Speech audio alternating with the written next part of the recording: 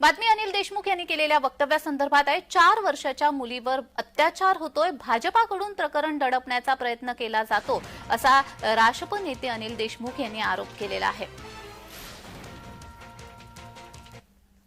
बदलापूरच्या घटनेचा जो उल्लेख आपण केला, अतिशय दुर्दैवी अशी घटना, 3.5 पावणे 4 वर्षाच्या मुली अशा पद्धतीने त्यांच्यावर अत्याचार होतो।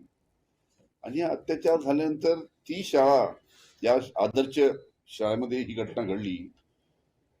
ती शाळा एका भारतीय जनता पार्टीच्या नेत्याची, कार्यकर्त्याची असल्यामुळे हे प्रकरण कसं दाबता येईल याचा 3-4 दिवस प्रयत्न झाला, तुम्हाला सगळ्यांना माहित आहे। 4 वर्षांच्या मुलींवर अत्याचार होतो आणि यामध्ये भाजपा कडून प्रकरण दडपण्याचा प्रयत्न केला जातोय, असा आरोप राष्ट्रपती नेते अनिल देशमुख यांनी केलेला आहे। बदलापूरच्या घटनेसंदर्भात अनिल देशमुख बोलत होते।